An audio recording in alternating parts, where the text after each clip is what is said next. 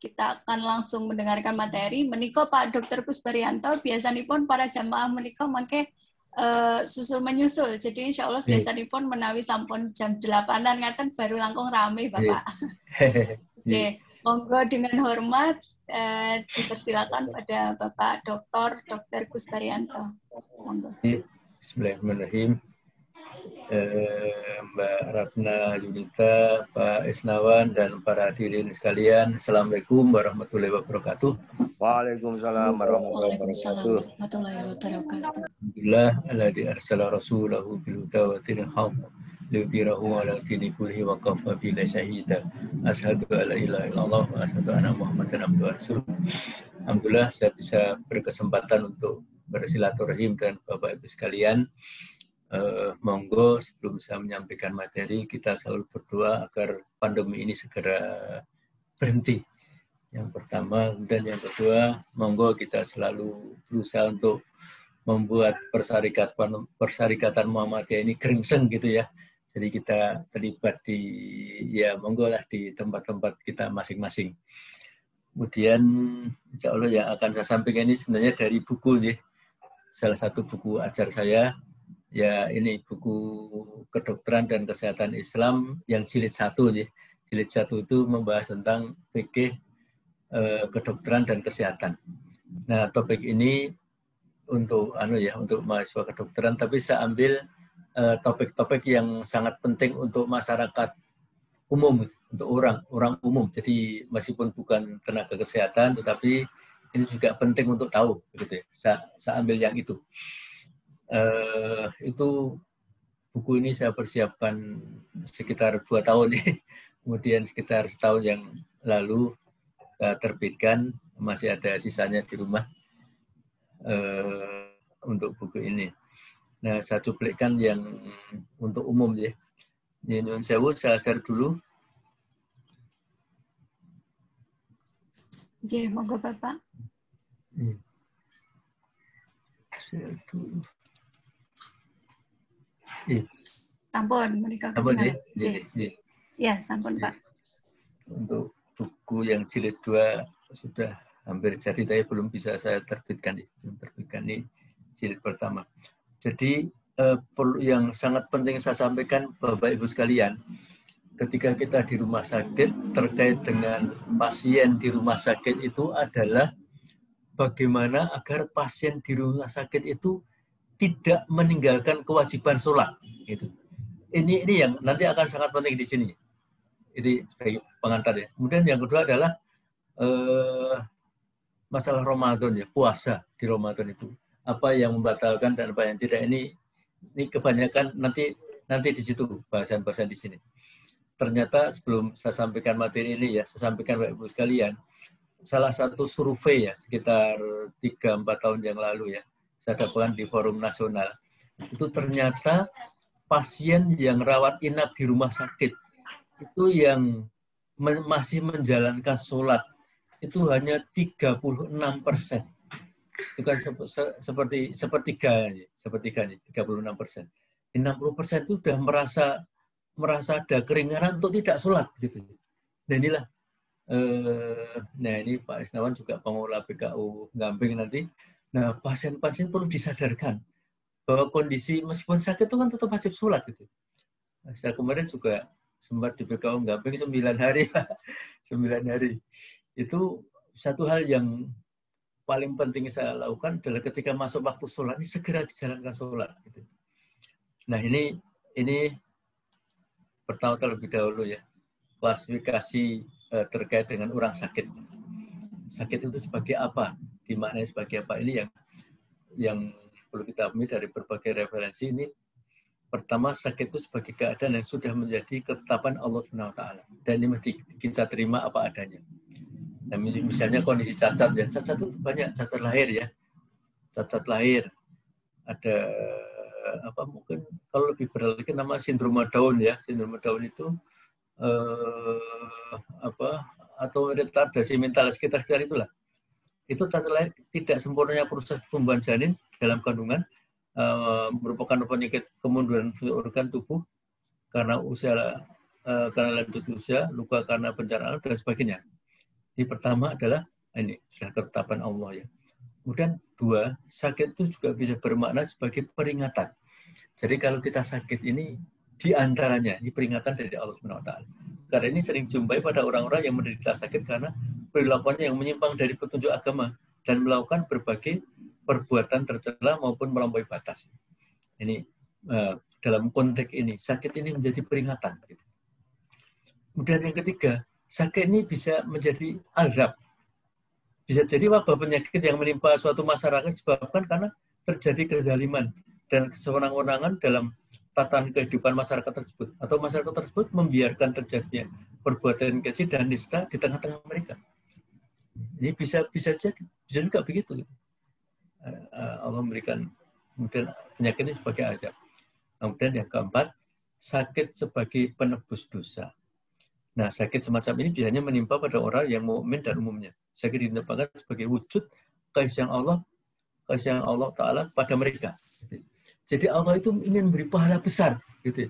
Jadi orang itu sakit ketika orang mukmin Islam taat, gitu ya, rajin pengajian, kok diberi sakit, COVID, apa gitu ya. Nah ini kita pahami, ini sebagai bisa menjadi penebus dosa. Cuma syaratnya adalah sabar. Gitu. Nah saya dari berbagai pengajian saya simpulkan ya, ternyata ada tiga amalan. Tiga amalan pahalanya tidak terbatas. Nah, di antaranya pertama adalah puasa Ramadan. Nah, puasa Ramadan itu kan hadisnya berbunyi nanti pahalanya dariku, dari Allah. Kenapa di kalimatnya demikian? Karena tidak bisa digambarkan sekian kali lipat, nggak bisa begitu. Itu saking besarnya. Tidak ada yang bisa. Yang kedua adalah sabar. Makanya, Bapak Ibu sekalian, ketika kita diberi sakit, apa yang perlu kita lakukan? Sabar. Jangan gersuloh, jangan, ini. Selalu juga itu yang betul-betul saya jaga kemarin ketika saya diberi sakit gitu. Itu yang saya jaga. Tidak gersuloh, tidak ya mencela dan tidak suudzon, tidak berprasangka buruk pada Allah yang memberi sakit. Nah, sakit semacam ini biasanya menimpa orang mukmin tadi itu ya. Kemudian yang kelima, ini sabda Rasul masih tadi ya. Tidaklah hadis. Bukhari Muslim lagi hadisnya. Tidaklah seorang muslim yang menderita atau terkena gangguan apapun, baik yang berupa duri atau lebih daripada itu, melainkan Allah akan menghapuskan sebagian dosa. Bagaimana rontoknya daun dari pohonnya. Ini cara Allah untuk bisa menghapuskan dosa-dosa kita ini dengan sakit itu. Syaratnya sabar. Yang kelima adalah sakit sebagai pengangkat derajat dan ujian. Nah, ini. Saya juga terkesan ya. Saya tuh kemarin ketika sakit tuh ya, saya kan masih bisa pegang HP ya. Di antara teman yang menyampaikan ya, wah ini sampean diberi ujian. Kemudian ada dua hal yang saya sangat berkesan ketika sakit itu ya. Pertama adalah ada teman yang beri WA saya, wah pokoknya yang penting pasrah karo sing gawe urip gitu. Kedua saya juga terkesan lagi ada WA dari teman. Husnudon pada Allah. Husnudon pada Allah. Ini sakit sebagai pengangkat derajat kita. Dan ini kita masuk ke poin-poin ini kaitan di praktek klinis. Ini terutama untuk ibu-ibu ya. Jadi Bapak tahu juga baik gitu ya. Misalnya saya bahas per kasus ya, karena jadi per kasus atau per masalah. Misalnya masalah pertama. Bagaimana statusnya? Suci apa tidak apabila apakah sama dengan nifas? Tentang darah yang keluar beberapa saat sebelum melahirkan diri ini masalah ini. Ibu yang tidak melahirkan. Itu statusnya gimana? Begitu ya. Tidak melahirkan itu kan biasanya ibu-ibu itu kencang-kencang gitu ya. Kencang-kencang bisa jadi ketika kencang-kencang itu kemudian diperiksakan ke dokter atau ke bidan, kemudian istilahnya dituse gitu ya, diperiksa gitu. Oh, ternyata diperiksa baru pembukaan 2 atau 3. Pembukaan 2 atau 3, kemudian suruh jalan-jalan begitu ya. Disuruh jalan-jalan. Kondisi begitu masih wajib salat apa tidak? Nah ini satu masalah pertama. Ini ibu-ibu ya. Ini kalau sudah sepuh biasa untuk nasihat ibu ternya. Nah ini batasnya di sini. Tentang darah yang batasnya adalah darah yang keluar beberapa saat sebelum melahirkan. Jadi intinya itu adalah ketika melahirkan itu meskipun sudah kenceng-kenceng tapi masih wajib salat dan masih suci. Kecuali setelah kenceng-kenceng kemudian keluar darah. Nah ini. Setelah kencang-kencang keluar darah. Setelah kencang-kencang keluar darah, itu sudah masuk darah nifas. Sehingga sudah tidak, bukannya tidak wajib, malah tidak boleh sholat lagi. Nah ini ketentuannya di sini. Tentang darah yang keluar beberapa sebelum melahirkan, dirinci menjadi 2. Jika keluaran darah tersebut disertai dengan sakitnya kontraksi, jadi kontraksi ya, itu bahasa medisnya itu his. Ada kontraksi karena proses menimbulkan, maka darah disebut darah nifas. Jadi ada kontraksi, misalnya pembukaan berapa gitu, kemudian kontraksi, kemudian keluar darah. Nah, keluar darah itu adalah sudah tanda-tanda ini, tanda-tanda kehamilan pasti. Karena istilahnya apa? Kontraksi ya, kencang-kencang ya. Ibu nanti merasa kencang-kencang gitu loh. Itu namanya his atau kontraksi. Ada namanya his palsu. Kontraksi itu palsu. Setelah diperiksa ternyata baru pembukaan 2 atau 3. Makanya ini belum waktunya melahirkan. Itu. Nah, tapi jika keluarnya darah tersebut tidak disertai dengan kontraksi, maka darah itu bukan nifas, tapi istihadah. Nah, istihadah itu adalah seorang wanita yang keluar darah, tapi keluarnya itu tidak keluarnya itu tidak di luar nifas gitu ya. Darah penyakit termasuk dari istihadah. Nah, kalau dari istihadah ini bukan nifas, tapi masih wajib sholat, gitu ya. Nah, itu ibu-ibu itu harus tahu karena masalahnya adalah masalah kewajiban agama, sholat. Masih suci atau tidak? Wajib sholat apa tidak? Gitu. Nah, ini problem pertama, nih. Ini batasannya di keluarnya darah. Nah, ini tinjaunya ya. Ini Bapak Ibu sekalian, referensi saya ambil dari banyak ya. Kalau di buku itu sampai 3 halaman. Di antaranya ada pendapat Syekh Muhammad bin Saleh Al-Utsaimin menerangkan bahwa Syekhul Islam Ibnu Taimiyah mengatakan darah yang dilihat wanita ketika mulai berkontraksi itu berstatus bagi darah nifas. Jadi maksud kontraksi adalah proses pembukaan yang merupakan tahapan proses melahirkan. Jika tidak disertai kondisi semacam itu maka bukan nifas.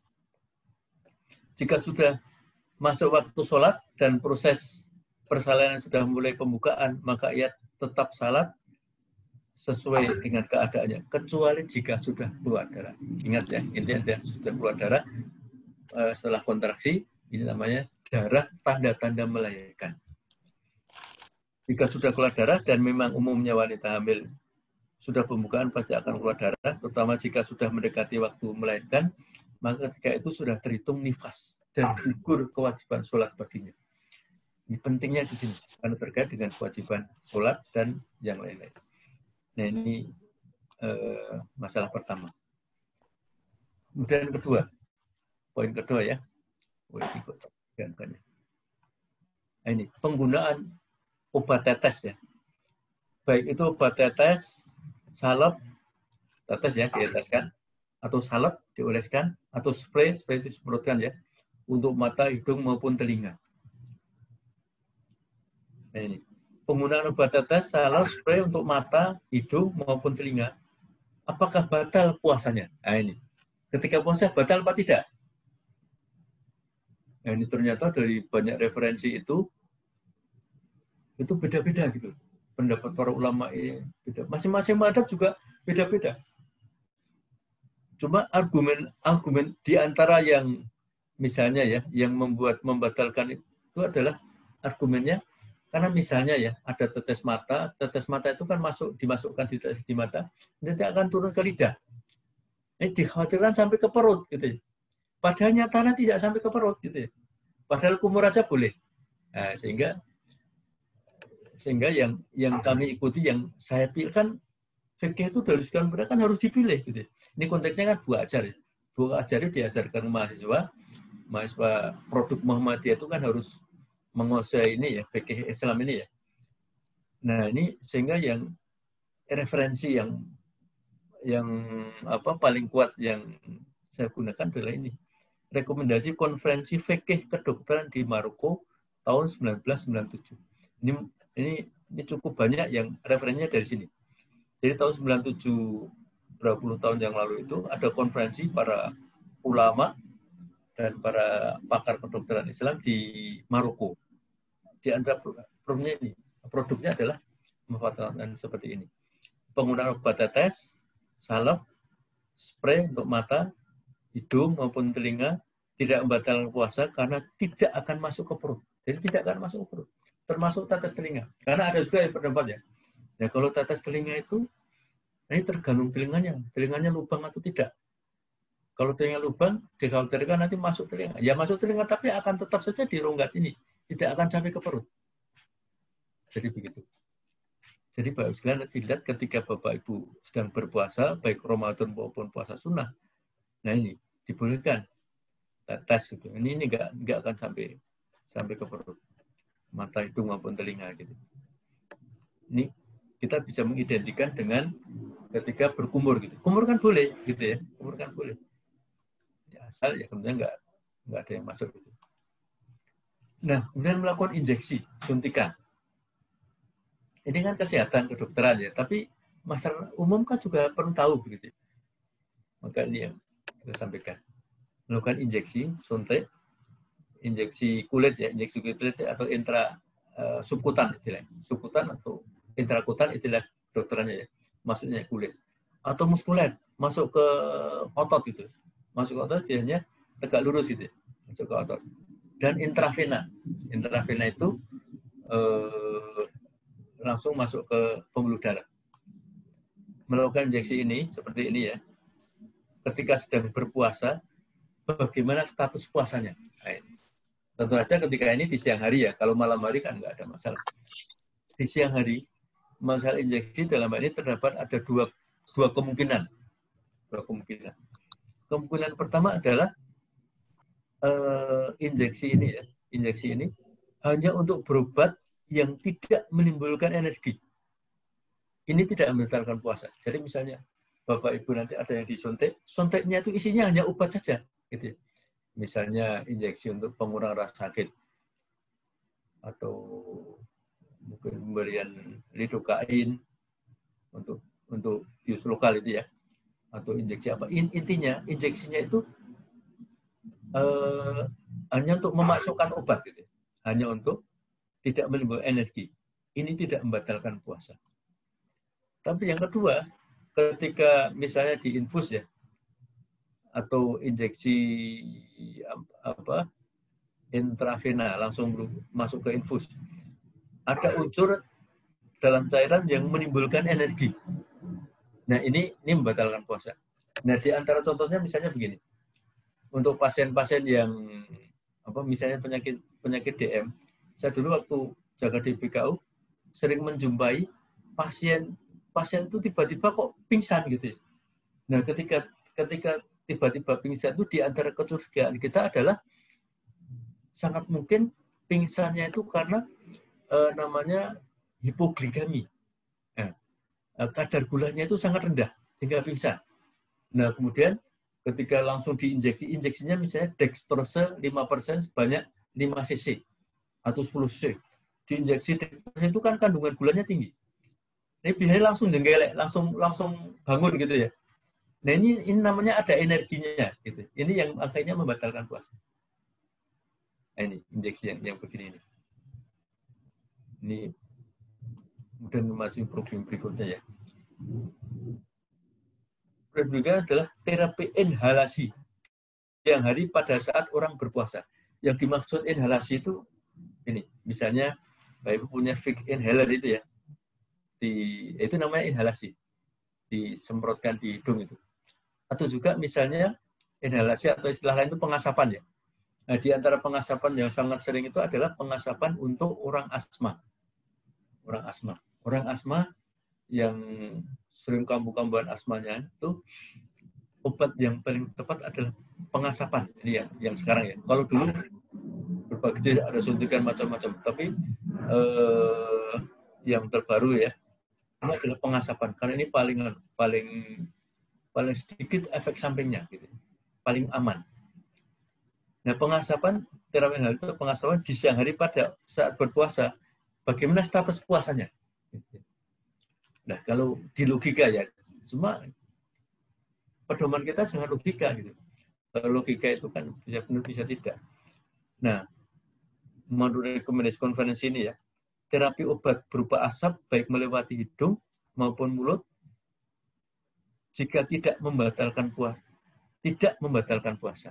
Ini rekomendasi ini, konferensi ini. Ada seorang ustadz, misalnya seorang guru saya ya, Ustadz Wawan Gunawan, beliau itu juga punya gerah asma. Nah, satu hal yang saya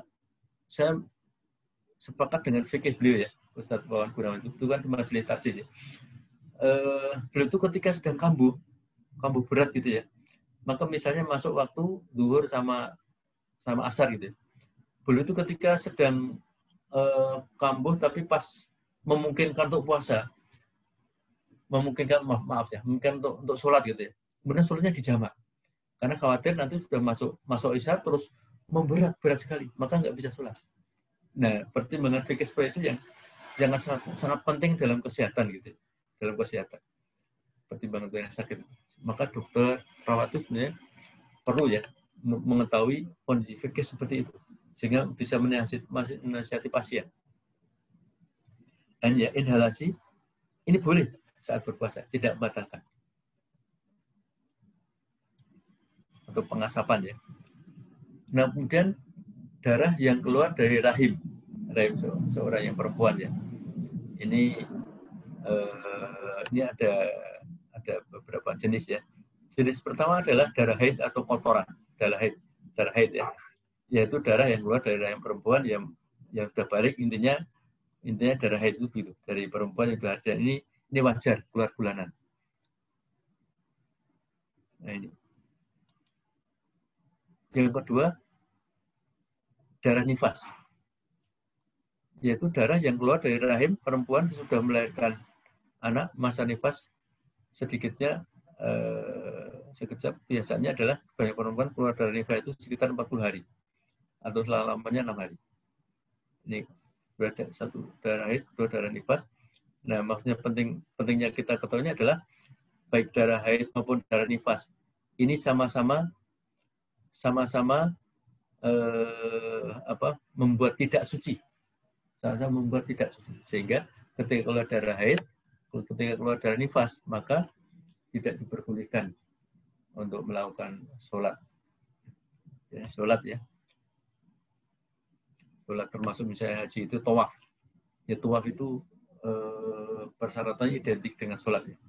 Cuma ketika tawaf pas salah satu rukun atau sunnah itu ya mengelilingi Ka'bah itu ya, itu di antara syaratnya adalah ini suci seperti sholat ya.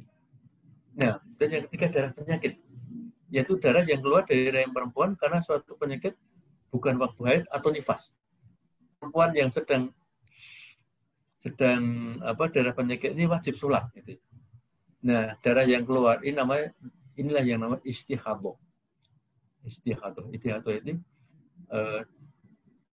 darah keluar yang tidak bisa dikendalikan karena ini penyakit ya, dan tetap pula mengerjakan ibadah lain bagaimana diwajibkan pada orang yang berpenyakit lainnya.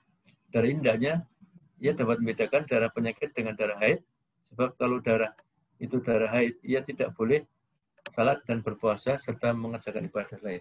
Maka ibu-ibu, teman-teman, gadis-gadis sampai yang sepuh nanti perlu bedakan ini. Darah haid, darah nifas, atau darah puasa. Atau darah penyakit, maaf ya. Nah, ini dari Isya, sungguhnya Fatimah bin darah penyakit, Rasulullah berkata padanya, sungguhnya darah haid itu berwarna hitam, dikenal oleh kaum perempuan. Gitu. Maka apabila ada darah semacam itu, hendaklah engkau tinggalkan sholat. Apabila keadaan darah tidak seperti itu, hendaklah engkau berwudu dan sholat. Ada Daud dan Nasai. Nah, kemudian vasektomi dan tubektomi. Vasektomi dan tubektomi. Ini kebetulan waktu saya mahasiswa ya, waktu S1 itu ya. Saya mengambil karya tulis ilmiah tentang ini. Tentang tubektomi. Saya dalami ternyata dari majelis ulama, majelis tarjih ini juga mengharamkan ya. Fatwa majelis ulama ya. Pada dasarnya agama Islam membolehkan manusia melakukan pengaturan kelahiran anak dengan tujuan positif seperti untuk menjaga kesehatan ibu anak dan cara-cara yang baik dan tidak menimbulkan bahaya. Pemandulan dengan metode vasektomi, pemotongan atau penutupan saluran air mani laki-laki atau tubektomi dengan tujuan untuk membatasi kelahiran anak merupakan perbuatan haram. Ini persis di Tarjih Muhammadiyah juga sedemikian ini.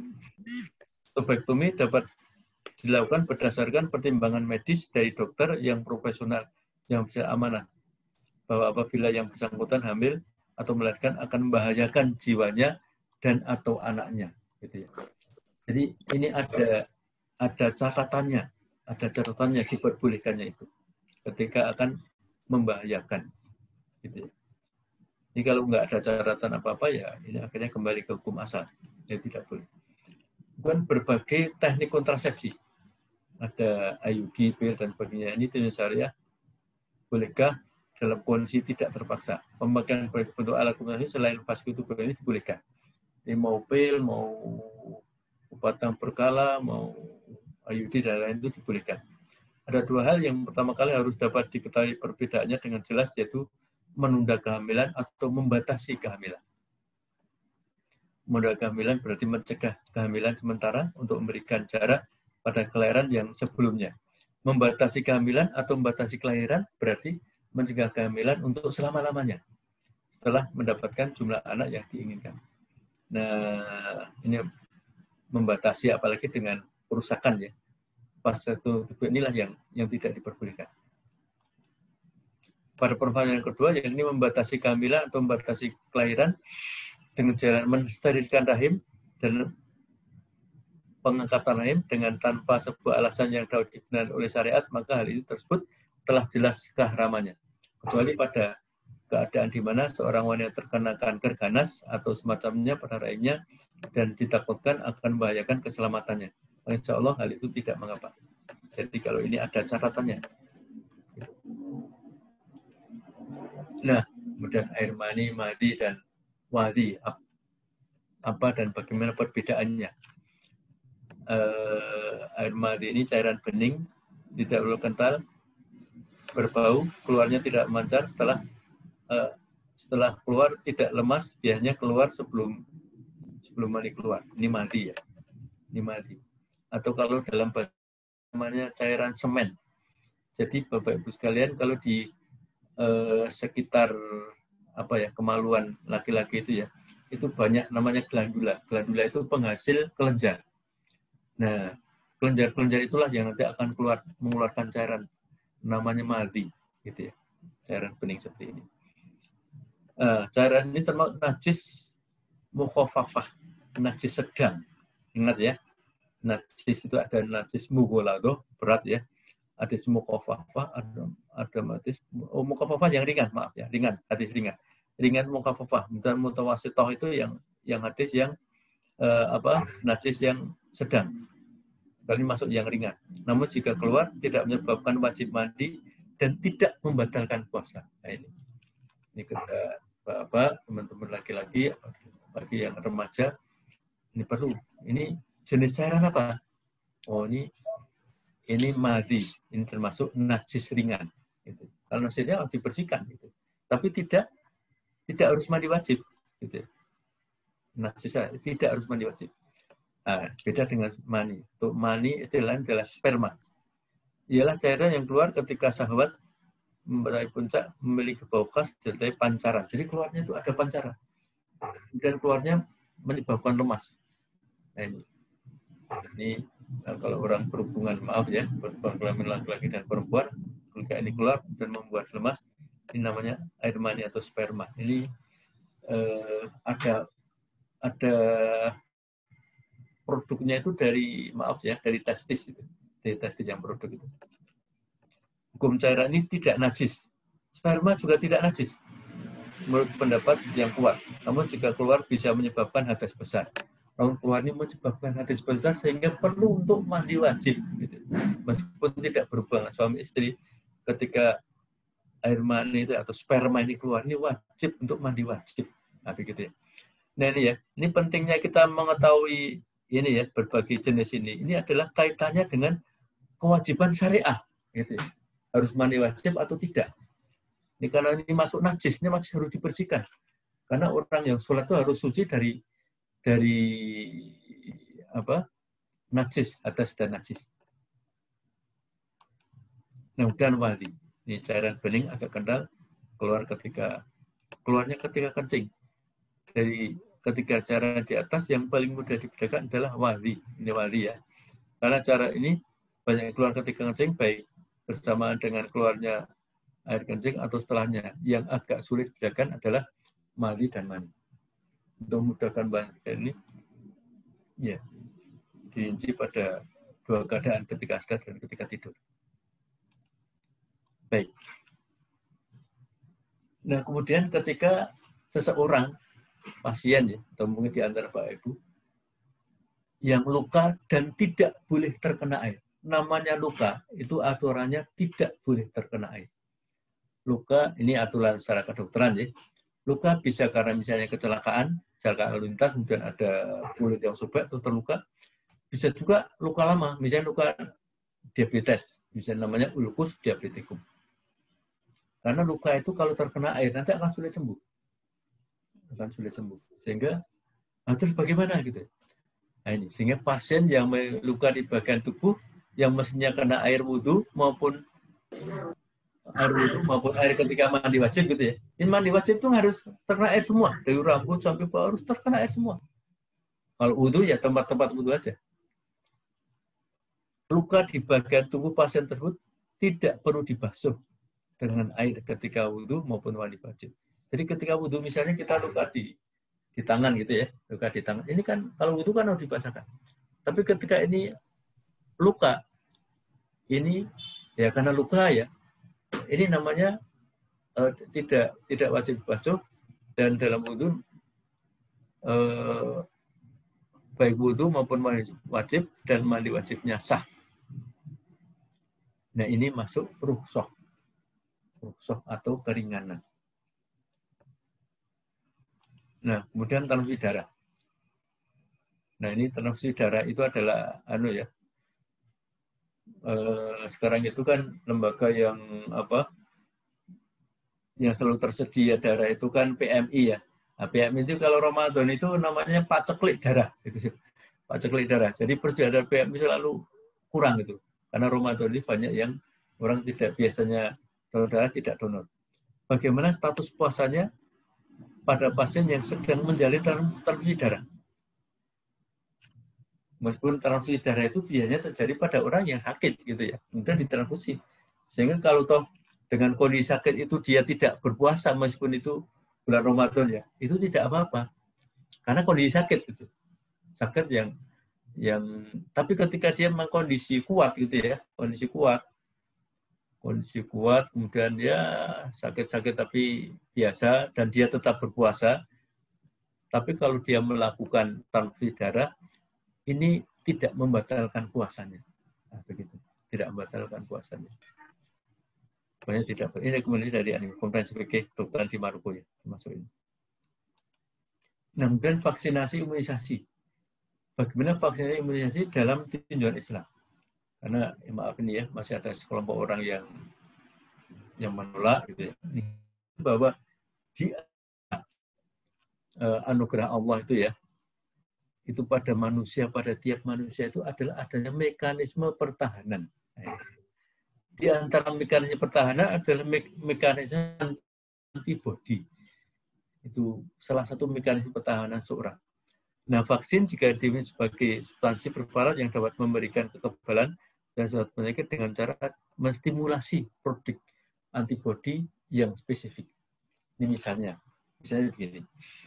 Jadi pada diri seorang itu ya, misalnya dia misalnya suatu penyakit tertentu. Penyakit tertentu disebabkan oleh misalnya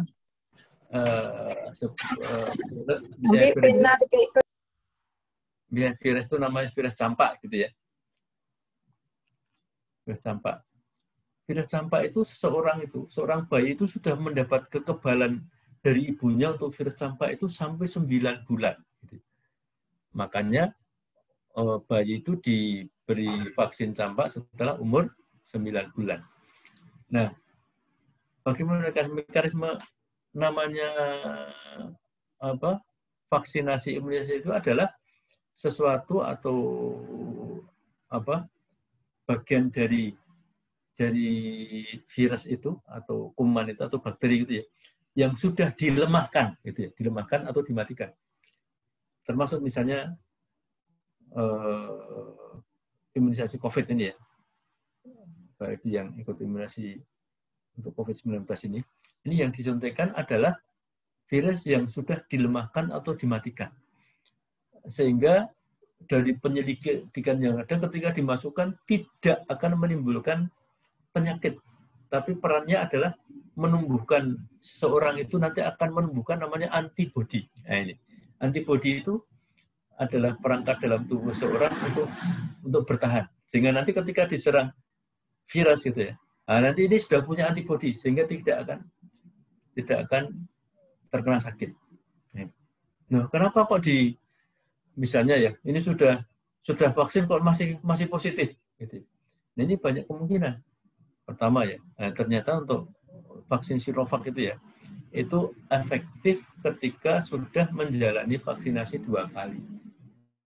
1 kali injeksi, kemudian jarak 2 minggu vaksinasi lagi. Setelah 2 minggu ini baru efektif, tapi ketika sekali ini belum terlalu efektif.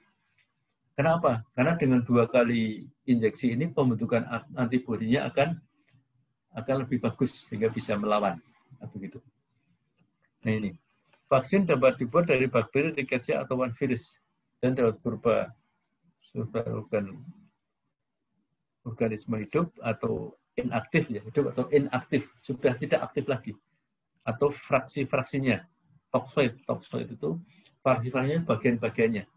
Dimasukkan agar tubuh itu mengenal gitu. Ketika mengenal sudah tumbuh antibodi. Nah, Fatwa Umid dan vaksin polio mengakui bahwa vaksin polio telah bersinggungan dengan zat yang haram, namun tetap memperbolehkan dengan pertimbangan darurat bahwa ada mudarat besar yang perlu dicegah. Tidak punya pilihan vaksin yang halal. Bahwa ini bisa juga terapkan pada vaksin lain yang memiliki kondisi serupa. Kita harus terus mendorong MUI yang menekan perintah untuk membuat vaksin yang tersertifikasi halal. Ini masih dalam berbagai upaya. Begitu. Dan ada satu tinjauan bahwa salah satu vaksin itu ya, memang ketika bersentuhan dengan enzim, ini hanya bersentuhan saja. Saya pernah ada yang menjelaskan begitu ya, namanya dari dokter dari Ikatan Dokter Anak Jakarta, dokter anak dari Jakarta ya. Jadi proses ketika ada apa namanya enzim yang ini haram gitu ya. Ini ternyata hanya untuk memicu prosesnya. Nanti hasil akhirnya produk haram ini sudah tidak ada lagi. Karena proses yang sekian banyak. Sehingga juga yang perempuan baik itu sudah halal. Dan juga dari pendapat Dr. Sukodo ya, seorang ilmuwan Islam mengatakan bahwa menggunakan vaksin untuk meningkatkan kekebalan tubuh adalah halal karena bertujuan untuk mencegah sesuatu yang membahayakan. Menjadi tugas seorang muslim untuk mungkin mencegah segala sesuatu yang membahayakan. Orang tua bertanggung jawab untuk mungkin sedapat mungkin melindungi anaknya dari berbagai penyakit ya. Sukodo juga secara spesifik menyoroti soal vaksin polio dan menurut beliau vaksin tersebut sudah digunakan sejak lama di seluruh termasuk lebih dari 50 negara muslim. Termasuk misalnya vaksin yang untuk haji itu ya, yang untuk meningitis itu. Ini juga sudah digunakan di mana-mana. Dan tinjauan epidemiologis saya masih ingat persis ya. Masa kecil saya itu tetangga saya ada yang kena polio. Tetangga desa, tetangga dusun juga ada yang kena polio. Sekarang sudah hampir tidak kena lagi.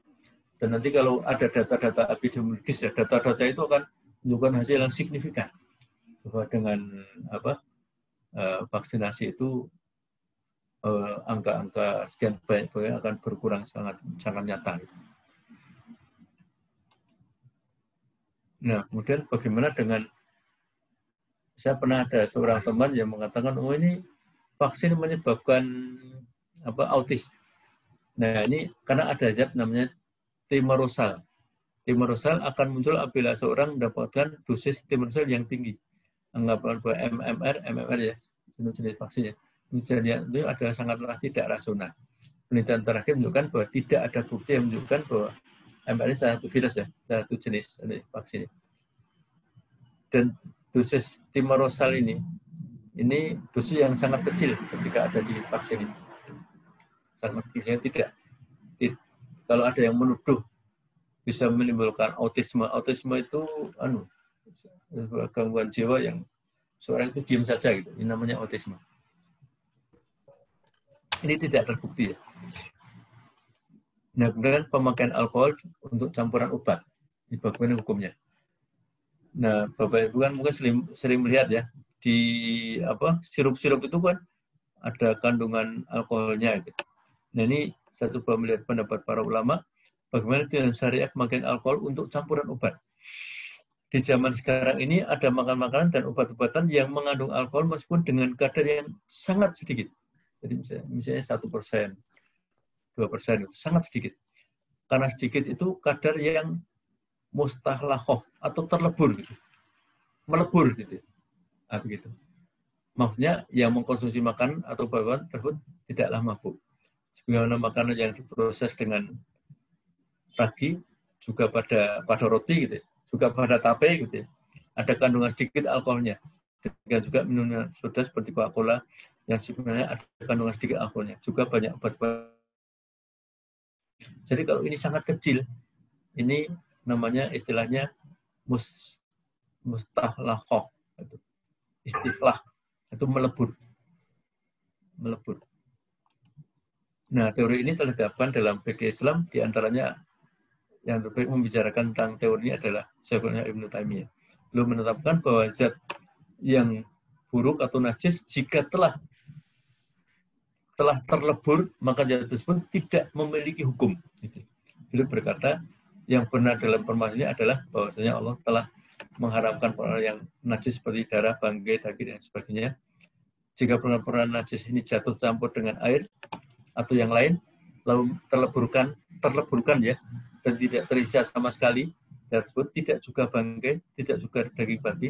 Bagaimana jika tercampur dalam cairan, maka orang yang minum cairan tersebut tidaklah sedang meminum khamar. Demikian juga jika khamar berubah dengan sendirinya menjadi cairan, maka menjadi suci dengan kesepakatan para ulama. Jadi istilahnya melebur. Nah, kalau ada satu ulama juga yang berpendapat misalnya begini, ada air yang lebih dari 2 kula, maka ada cairan najis yang sedikit gitu, ini terlebur gitu, maka diboleh digunakan untuk wudu. Nah, ini di antara ulama ada yang mengidentikan dengan seperti itu. Makanya kenapa kan misalnya kita Majelis Ulama Indonesia kan nggak pernah berfatwa obat minuman obat itu ya, yang sering untuk anak-anak itu. Namanya anak-anak kan sulit untuk minum obat yang tablet gitu ya. Nah, di antaranya perlu sirup aja yang manis gitu.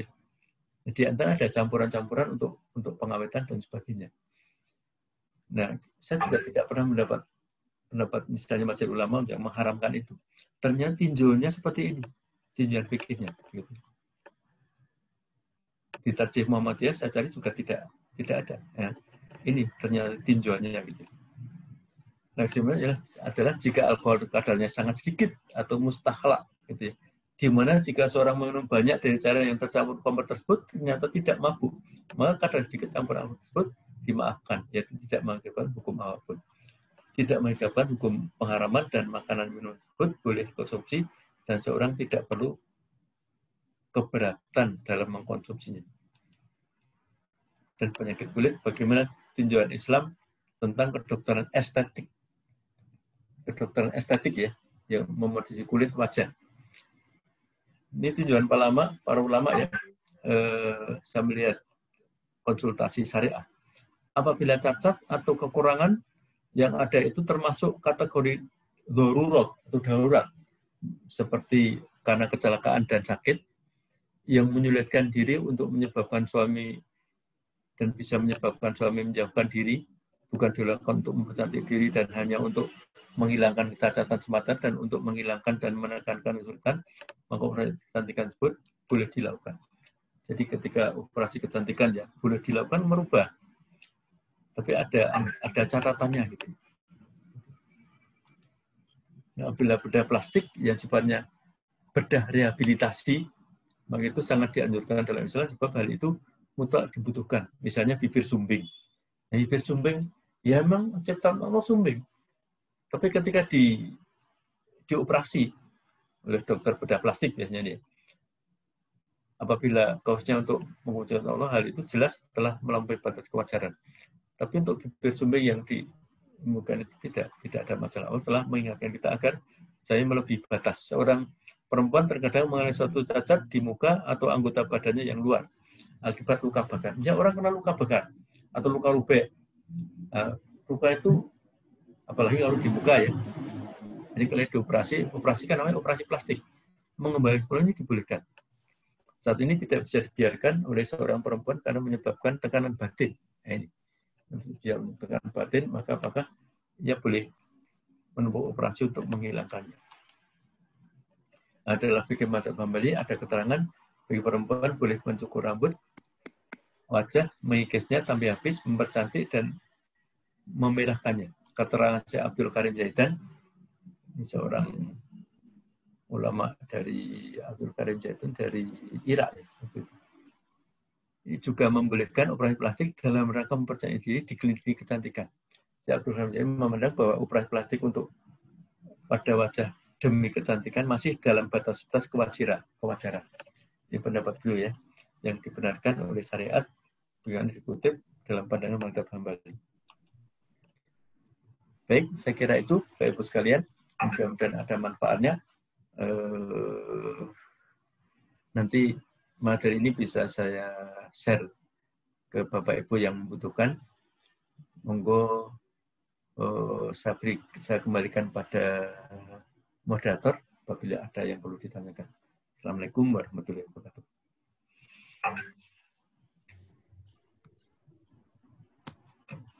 Waalaikumsalam warahmatullahi wabarakatuh.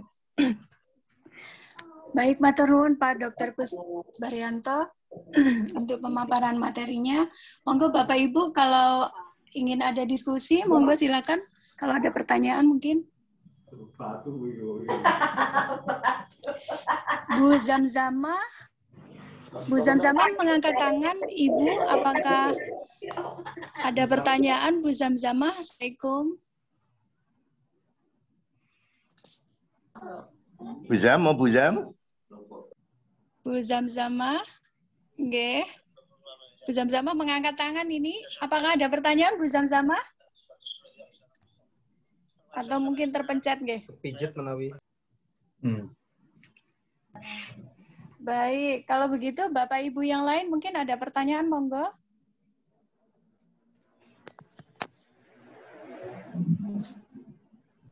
Belum ada pertanyaan. Mungkin saya awali dulu ini Pak Dr. Kusbaryanto.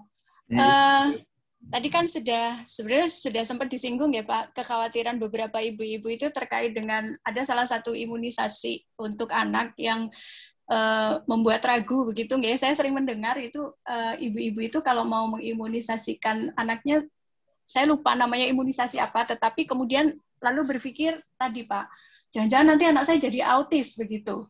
Nah, itu kira-kira apa saran terbaik dari Bapak yang mungkin kalau misalnya saya begitu mengatakan kepada ibu yang lain itu supaya mereka juga tidak tersinggung, tetapi juga supaya mereka mendapatkan pemahaman yang benar begitu Pak. Itu dulu mungkin pertanyaannya Pak Dr. Kusbaryanto. Monggo. Ya, baik. Saya juga pernah ada teman yang begitu ya. Kok terus autis ini kaitannya apa gitu loh. Coba saya cari-cari ketika menulis buku ini ternyata masalahnya di timorosal ini ya. Timorosal. Jadi di antara memang timorosal ini dalam dosis yang tinggi ini ada efek autis gitu ya. Tetapi timorosal yang masuk di vaksin ini kadarnya rendah sekali. Rendah sekali. Ini memang kenapa kok dimasukkan sih? Karena ya dimasukkan tentu ada manfaatnya gitu ya. Kadarnya rendah sekali. Rendah sekali. Jauh sekali. Jadi teori obat ya, itu ada namanya efek terapis. Efek terapis ada efek toksik gitu ya. Nah ini yang perlu diketahui. Efek terapis misalnya paracetamol ya. Paracetamol efek terapis sekitar dosis berapa sampai di atas 500 miligram gitu ya. 500 miligram itu dosis yang pas gitu ya. Nah itu namanya efek terapis. Tapi kalau jauh di bawahnya, sebelum masuk efek terapi apa tidak gitu loh. Apalagi efek toksik tentunya lebih tinggi lagi gitu. Nah ini hanya masuk efek terapi saja tidak, apalagi efek toksik gitu ya. Dosis timerosal yang dimasukkan itu, sehingga ini tidak logis gitu ya. Nah namanya argumentasi itu kan harus ada pegangan ilmiah. Nah, kalau tidak dipegang berarti yang ngawur itu. Kalau ngawur nggak bisa untuk pegangan. Nah, mungkin berangkatnya dari kecemasan ya Pak, kecemasan yang menular itu sepertinya Pak Dokter. Dokter anak di seluruh dunia itu mayoritas Muslim, itu pertama ya. Dan semua dokter itu disumpah sebelum praktek, sebelum jadi dokter, setelah jadi spesialis, semua disumpah.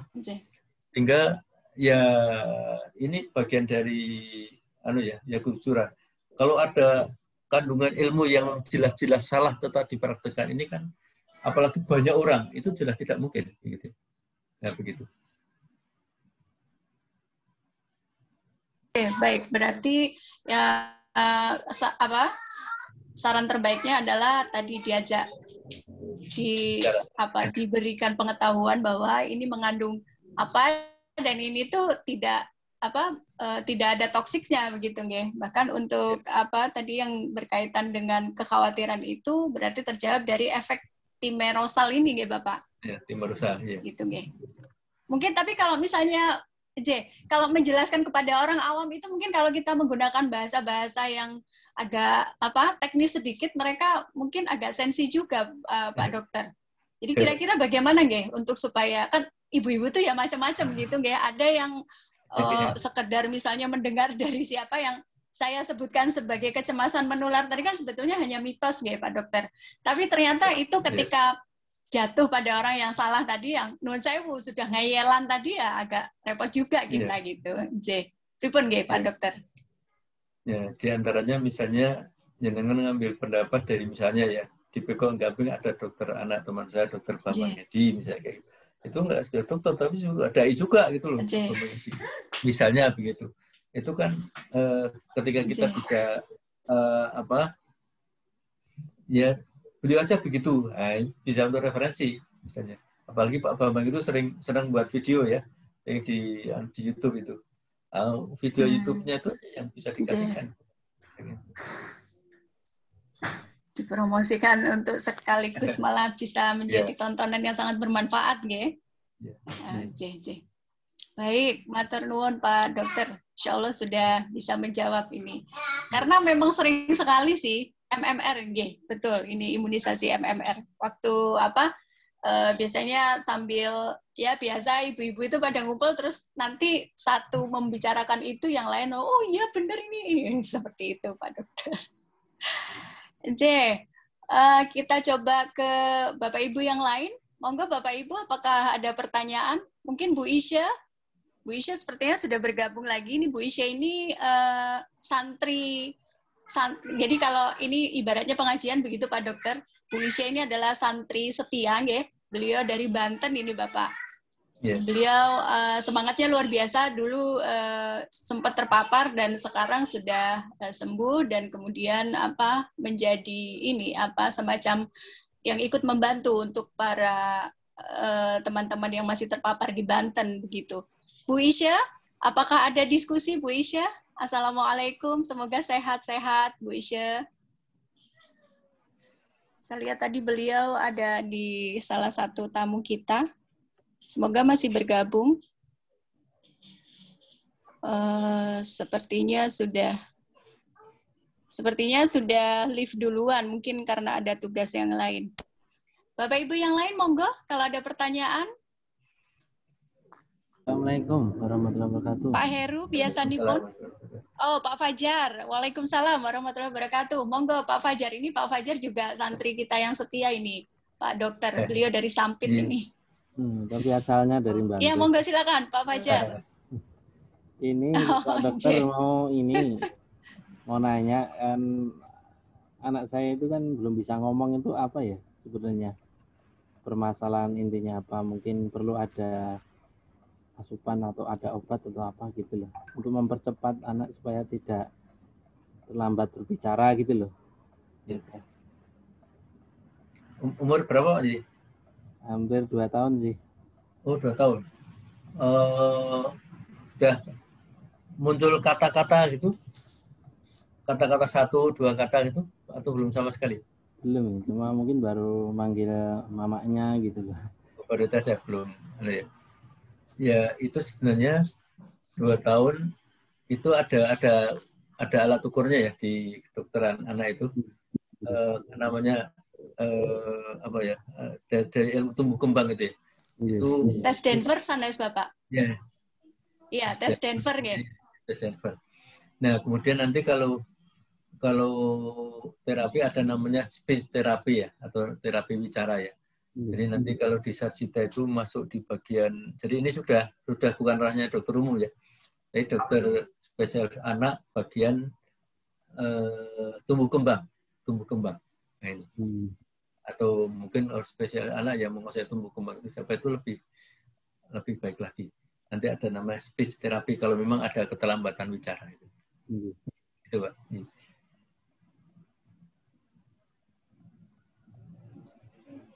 Ya, baik Pak Fajar, sudah bisa menjawab nggih? Atau masih ada diskusi Pak Fajar? Saya bisa sharing sebentar. Minta materi PPT-nya. Oh iya. Iya. Oh, insya Allah nanti setelah mendapatkan materi dari Pak Dokter, insya Allah kita share. Nanti mohon izin ya Pak Dokter, biasanya para peserta membutuhkan materi. Monggo Bu Ria. Mbak Nita, ya. Ini apa yang tadi disampaikan Pak Fajar tadi, itu saya tahun 97 pernah mengalami kestresan karena anak saya belum bicara. Sampai umur 2 tahun biasanya cuma mah gitu. Kemudian kalau sekarang alhamdulillah anaknya sudah sarjana dan sudah kerja. Jadi dulu mungkin saya sering nggak tahu ya Dok ya, ini mungkin beda zaman atau gimana. Kalau dulu saya pernah anak saya pernah dapat obat gitu untuk merangsang saraf bicara gitu kan, tak umur 1,5 tahun gitu kan. Nah kemudian sampai 6 bulan belum ada tambah kosakatanya gitu kan. Terus ada teman cerita gitu bahwa itu karena anaknya manja gitu. Manja gimana gitu.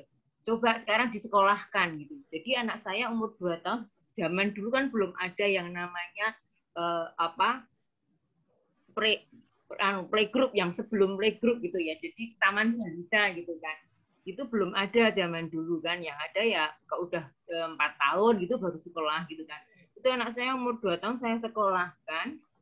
Kemudian saya tidak nungguin. Jadi memang saya antar, terus nanti setelah dia ketemu dengan temennya gitu, saya tinggal gitu kan. Nah di situ kan dia pengen komunikasi dengan temennya, jadi otomatis dia akan merangsang kemauan dia untuk bicara. Dan alhamdulillah 2 bulan dia sekolah itu semua file-filenya ketemu kan keluar gitu ya. Nah itu sering saya nganukan kalau ceritakan kalau ada yang sharing curhatan seperti Pak Fajar tadi gitu. Kemungkinan jadi itu mungkin malah ke psikolog ya Mbak. Karena merangsang dia untuk pengen bergaul dengan teman, akhirnya dia keluar bicaranya gitu. Saya kira mungkin itu bisa untuk Pak Fajar untuk rekomendasi gitu anaknya. Jadi jangan dicampur, jadi anak jangan dicampur dengan orang yang dewasa, karena orang dewasa itu sering menebak-nebak apa yang dia bicarakan gitu. Jadi misalnya anak sebetulnya maunya bola, tapi dia nunjuknya gitu kan. Nah itu terus bola gitu, nah gitu kan. Itu bagi orang tua kan kita akan menjelaskan ke dia, tapi sebetulnya bagi dia itu nggak bagus gitu karena dia tidak belum mengeluarkan kemauannya itu apa, tapi kita sudah menebak. Itu salah satu dari obrolan kita dengan beberapa wali murid waktu itu gitu. Tapi itu juga bisa untuk rekomendasi Pak Fajar untuk mudah-mudahan bisa merangsang bicara anak. Ya, terima kasih Mbak Nita dan semuanya. Matur nuwun Bu Ria. Nggih, matur nuwun untuk sharingnya. Mungkin saya mohon izin nambahin sedikit nih nggih, Pak Dokter mohon izin, Pak Fajar juga tadi karena disebut sama Bu Ria, jadi saya jadi pengen pengen ini juga ya sebatas yang saya tahu begitu nggih Pak Fajar.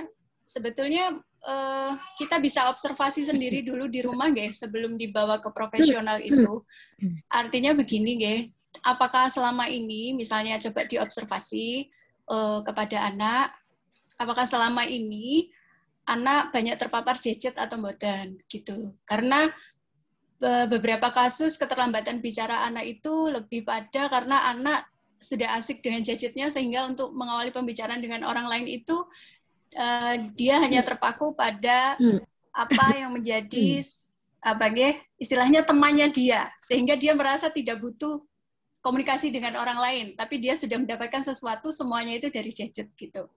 Nah, kalau misalnya ini ternyata tidak, maka kemudian coba dilihat apakah ada, saya tidak tahu kalau nanti secara fisik atau kedokterannya nggih Pak Dokter, tapi saya dengan teman-teman psikolog itu biasanya kemudian apakah di dalam keluarga itu ada yang memang non sewu cedal atau celat atau memang ada juga keterlambatan bicara di keluarga begitu, dan apakah di dalam keluarga itu juga punya logat-logat tertentu seperti misalnya kalau saya kan kebetulan dari Palembang ya, kalau dari Palembang itu seringkali punya logat yang mohon maaf ini kalau orang Palembang tuh bukan saya menjelekkan tetapi faktanya begitu. Itu seringkali misalnya bilang kereta api itu tidak bisa jelas mengucapkan kereta api tetapi kereta api begitu ya. Kemudian apa yang itu ada huruf R-nya itu menjadi tidak jelas maka menjadi R gitu. Jadi kalau misalnya menyebut kata Pak Fajar gitu ya nggak bisa Pak Fajar gitu. R-nya menjadi tidak kentara. Nah, si anak ini tadi benar-benar tidak bisa memang mengucapkan kata dengan utuh atau hanya sebatas kata-kata tertentu saja. Nah, itu kan bisa diobservasi sendiri juga di rumah. Kemudian yang ketiga, apakah selama ini anak banyak bergaul dengan tadi ya, seperti kata Bu Ria itu betul, banyak bergaulnya dengan orang-orang dewasa dan dia memang tidak diberi kesempatan untuk ya berbicara, mengungkapkan apa yang dia inginkan, terlalu banyak ditebak-tebak maunya apa oleh orang dewasa, sehingga lingkungannya yang ada itu membuat dia seperti, mohon maaf ini bahasa saya nggih, ciut nyali gitu. Jadi kalau ada apa-apa itu mesti mikir, nanti kalau nggak dimarahin, ya cuman disalahin, dimarahin atau disalahin. Daripada dimarahin dan disalahin, anak diem aja. Jadi lama-lama anak ini malah menjadi dependent atau tergantung ya. Jadi apa-apa tinggal nunjuk aja nanti pasti udah diambilin sama ayahnya atau sama ibunya. Kalau pengen apa-apa paling cuman dengan bahasa isyarat toh orang tuanya juga sudah menebak-nebak sehingga kreativitas anak untuk bicara juga menjadi tidak terasa. Nah, yang keempat bisa diobservasi juga dari tadi ya kalau misalnya mungkin ada keluarga besar yang mengalami hal yang sama, memang ada kesulitan bicara sebelumnya misalnya entah itu nenek atau kakek begitu, itu bisa dibawa tadi ke profesional untuk dibuktikan. Apakah memang kalau bicara itu biasanya nanti terapis bicara itu juga apa istilahnya meminta pendapatnya juga salah satunya ke psikolog anak gitu. Jadi nanti itu biasanya akan ada semacam kalau dari terapis bicaranya mungkin akan mengolah bagaimana supaya apa sih istilahnya otot-otot di mulut itu mungkin ada olahraganya seperti apalah begitu. Nah kalau dari sisi psikolog anaknya nanti akan dimotivasi bagaimana orang tua mendampingi, kemudian sejauh mana misalnya intervensinya orang tua itu boleh mendampingi dan cara-cara apa yang bisa memotivasi. Seperti itu Pak Fajar. Jadi menurut saya monggo diobservasi dulu saja di rumah. Kalau memang dirasa nantinya banyak faktor yang memang tidak ketemu tadi ya monggo dibawa ke profesional gitu. Apalagi sekarang kondisinya COVID, nggih, maksudnya ya supaya kita juga meminimalkan untuk keluar. Mungkin dari saya begitu.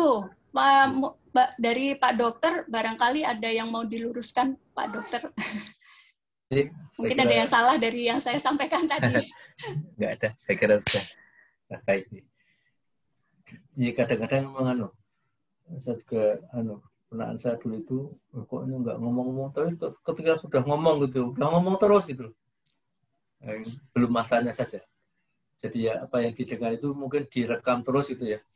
Belum muncul terus ketika waktu ngomong akhirnya ngomong juga itu. Iya, kita cek. Baik. Matur nuwun Pak Dokter, ini ada satu pertanyaan dari kolom chat saya bacakan ya, Pak Dokter. Pertanyaan dari Pak Heru Sud. Beliau menanyakan, Assalamualaikum, mohon izin bertanya dokter, saya sudah vaksin 2 kali dok. Sejak vaksin yang pertama, saya merasakan nyeri pada lengan tempat disuntik apabila saya gunakan untuk push up. Dan setelah vaksin kedua, saat saya coba gunakan untuk push up, kok masih nyeri ya dok? Bagaimana terapinya, nggih? Matur nuwun dokter. Monggo Pak Dokter. Iya, ini rasa nyeri-nyeri ya. Ini mungkin belum saatnya ya. Bisa juga.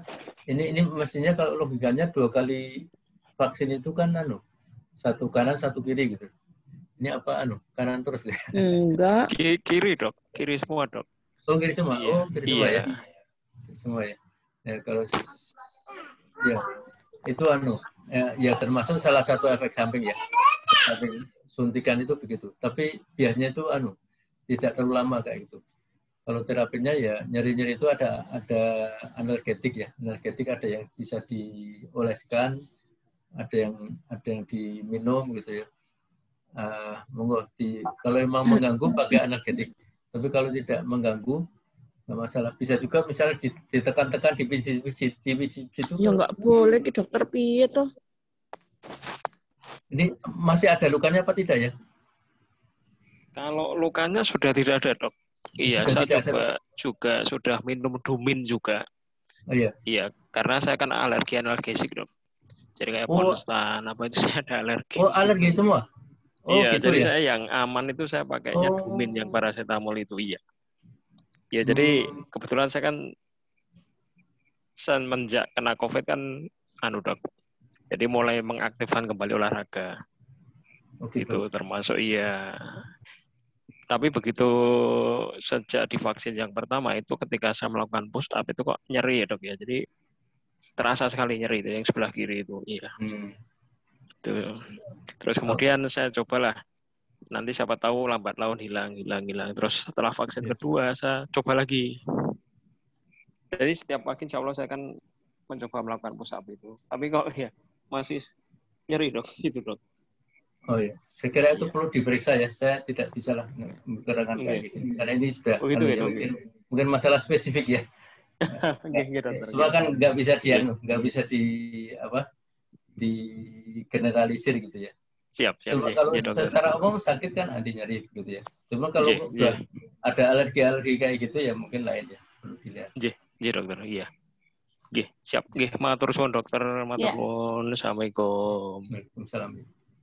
Waalaikumsalam warahmatullahi wabarakatuh. Baik, matur nuwun Pak Dokter Kusbarianto.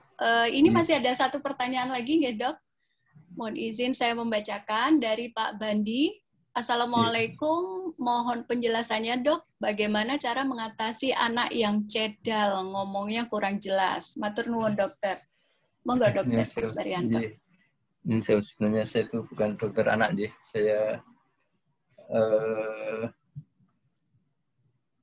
ya monggo ini saya belum ada pendekatan ke sana. Kalau saran saya ini cedal itu sudah berapa lama ya? Mungkin bisa ke psikolog yang pendekatannya ke terapi bicara itu ya. Saya belum mendalami itu ya. Yang jauh sih. Saya itu bukan spesialis anak dan saya itu bagian kesehatan masyarakat ya. Yang jauh. Ilmu saya belum mendalami sana. Ini maaf, belum bisa saya jawab. Baik. Pak Bandi, mungkin Pak Bandi ada yang mau disampaikan langsung, Pak Bandi, monggo. Matur nuwun. Pak Bandi saya bicara. Ya, monggo Pak. Jadi itu kasusnya ponakan saya itu usia 4 tahun. Itu ngomongnya masih belum jelas, cedal itu. Iya. Mungkin ada yang lain, pengalaman yang lain, Bapak Ibu semuanya. Iya, monggo yang lain kalau. Usianya berapa nggak Pak? Tadi 4 tahun. Oh, 4 tahun. Ya. Sebentar. Saya tak bertanya ke Bu Ria dulu. Tadi soalnya Bu Ria yang sudah berpengalaman dengan kasusnya Pak Fajar. Barangkali dengan kasus ini. Bu Ria, bagaimana? Apakah ada pengalaman, Bu Ria? Belum ada, Mbak. Belum ada. Jalan nggak ada pengalaman. Baik.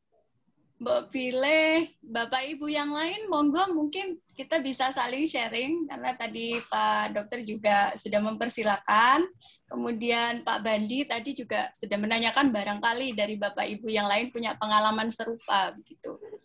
Usianya 4 tahun, kemudian celat. Kalau boleh tahu spesifiknya celatnya seperti apa nggak Pak Bandi? Apakah seperti, misalnya tadi saya mencontohkan R-nya susah atau bagaimana maksudnya? Salah satunya itu, kemudian kalau nyebut kata-kata itu tentu ada yang nggak jelas gitu. Oke. Ketidakjelasannya lebih ke eng-eng atau bagaimana nggih Pak? Apa ya? Kadang eng, kadang R, ya itu yang enggak.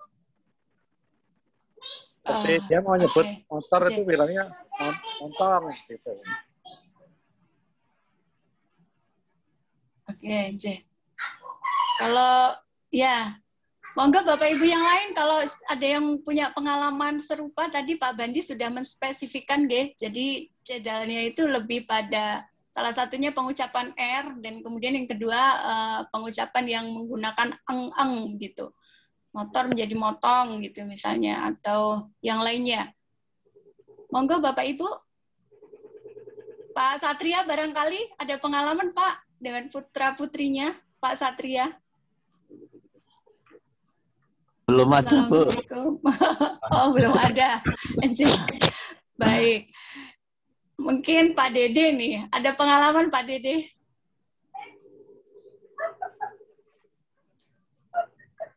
Pak Dede, Assalamualaikum Pak Dede.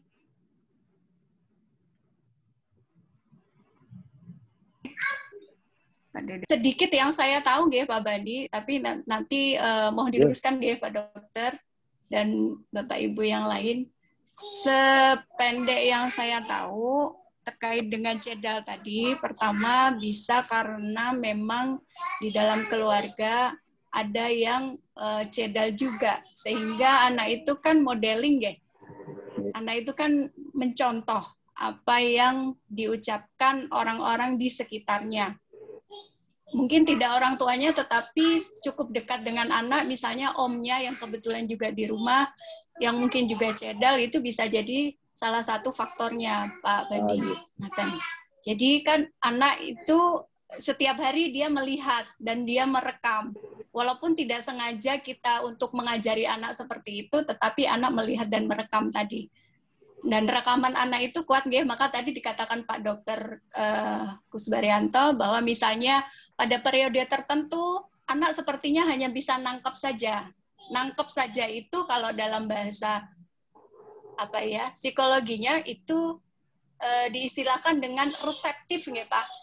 Jadi misalnya anak diminta untuk coba deh ambilkan gelas gitu, dia nggak akan bisa lagi mengucapkan ambil gelas gitu, dia nggak bisa, belum bisa. Tapi dia akan ngerti, coba deh ambilkan gelas, maka dia akan mengambil gelas terus dikasih ke kita. Nah berarti dia secara reseptif, penerimaan dia itu dia, kalau bahasa kita itu ngedong gitu nggak Pak Bandi. Dia ngerti, dia paham. Ambilkan apa dan sebagainya, dia ngerti. Tapi dia nggak bisa, belum bisa mengucapkan kembali. Nah kalau sudah ketemu kliknya tadi, kliknya itu ibaratnya kuncinya nggak tadi. Nah, itu nanti sirkuit-sirkuitnya itu jadi terbuka semua, sehingga tiba-tiba saja dia seperti mengalami loncatan pengetahuan gitu. Tiba-tiba ngomong apapun dia jadi lancar sekali, padahal sebelumnya kayaknya kok ngomong aja masih susah-susah gitu. Seperti itu. Bisa jadi ya tadi ya Pak, karena modeling orang di sekitarnya.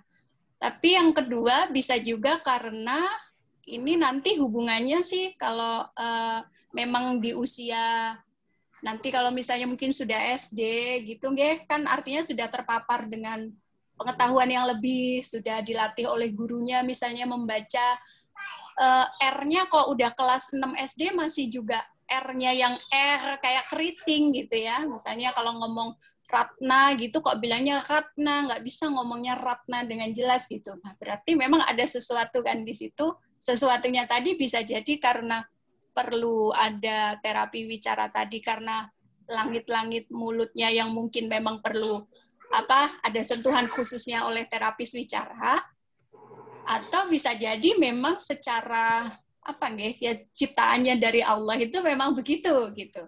Nah, tetapi ada satu istilah kalau dalam psikologi itu, kalau saya tidak salah itu namanya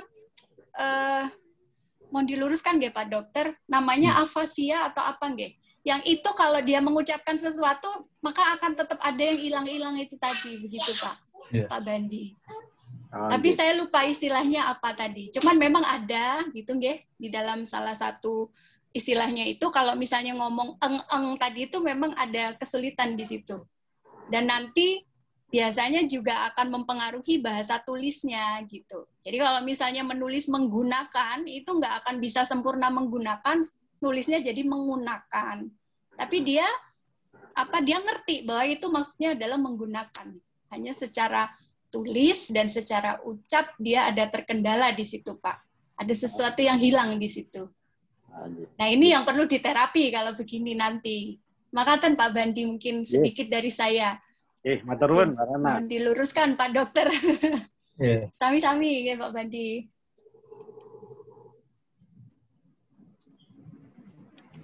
Monggo kalau mau ditambahkan Pak Dokter, barangkali ada yang perlu dikoreksi tadi dari jawaban saya Pak.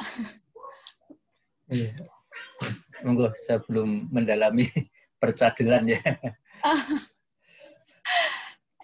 Baik Pak. Ini juga karena kebetulan dulu memang sempat ada klien yang seperti itu nggih. Kebetulan dulu sempat derek di puskesmas begitu Pak, dan ada salah satu kasusnya begitu. Baik, Bapak Ibu, kita lanjutkan, nggih. Ini ternyata ada pertanyaan lagi. Oh, ada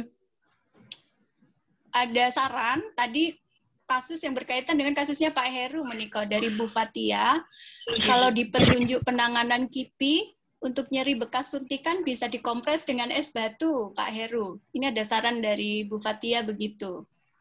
Jadi mungkin nanti bekas tadi yang nyeri, sakit dikompres dengan es batu. Ini ada sharing juga dari Bu Grace Lestari. Assalamualaikum, sekedar sharing, saya juga mengalami nyeri pada sekitar bekas suntikan vaksin. Sebaiknya tidak untuk aktivitas berat seperti push up. Insya Allah lebih cepat sembuh. Mungkin ini nggih Pak, pengalaman masing-masing begitu nggih, tetapi pengalaman dari Bu Grace tadi, bahwa sebaiknya tidak untuk aktivitas berat dulu supaya dia pulih dulu, mungkin begitu maksudnya Pak Heru. Jadi istirahat dulu saja. Nanti kalau sudah sembuh betul gitu nggih, baru memulai aktivitas berat. Nggih. Matur nuwun. Ya. Nggih, matur nuwun Bu Kris. Saranipun. Ya. Oke, Nah, ini juga diluruskan oleh Bu Grace tadi istilah saya juga ragu tadi. Terima kasih Bu Grace. Jadi Bu Grace ini menyampaikan bahwa alhamdulillah sudah berlalu. Oh, maaf sepertinya bukan afasia tapi disfasia. Matur nuwun Bu Grace. Jadi saya lupa memang istilah ini tadi Pak Bandi sudah diluruskan nggih. Jadi istilahnya bukan afasia tetapi disfasia. Makatan Pak Bandi. Iya. Matur nuwun juga untuk Bu Grace ini. Bapak Ibu, kalau tidak ada pertanyaan lagi sepertinya nggih di kolom chat. Bisa. Gimana Pak Dokter? Kalau afasia itu tidak bisa ngomong sama sekali. Tidak bisa ngomong sama sekali. Afasia misalnya tidak orang bisa. Oh. Di antara gejala stroke itu apa sih ya? Di antara gejala stroke. Oh, J. Baik, J. Ya, alhamdulillah ada yang meluruskan ini, jadi nggak salah terus ini. Matur nuwun sekali Bu Grace sudah meluruskan apa tadi yang menjadi pemahaman, yang menjadi ingatan yang salah tadi. Baik, Bapak Ibu, apakah masih ada diskusi atau pertanyaan? Apa? Jika tidak ada, mungkin kita cukupkan, Ge. Alhamdulillah pengajian malam ini membawa manfaat yang luar biasa bagi kita. Tadi kita belajar banyak hal dari Pak Dr. Kusbarianto berkaitan dengan hukum-hukum fikih kesehatan, begitu, Ge. Dan nanti insya Allah beliau sudah memperbolehkan untuk kita mengakses PPT-nya, dan monggo kalau mau untuk dipelajari lebih lanjut dan kemudian disebarkan dalam kaitannya supaya lebih bermanfaat, begitu, Ge. Saya selaku moderator mohon maaf jika dalam membawakan acara ada kekurangan, Ge, Bapak Ibu sekalian, dan mohon segala hal yang baik-baik tadi mari kita ambil, dan segala hal yang mungkin kurang baik dari saya pribadi mohon untuk dimaafkan dan semoga menjadi lebih baik untuk kedepannya. Saya Ratna Yunita mewakili Bapak Ibu yang bertugas malam ini, mohon undur diri, dan semoga Pak Dr. Kusbarianto nanti kapan lagi Makatan kalau berkenan bisa mengisi lagi, nggih Bapak? Iya, monggo. Tapi semoga pesantren ini tidak lama sih, nggih Pak. Harapannya soalnya supaya harapannya kan sudah nggak ada lagi yang kena COVID gitu Pak, jadi kita nggak perlu memperpanjang pesantrennya. Ya, gimana Pak Dokter? Saya nulis nomor WA saya di chat ya.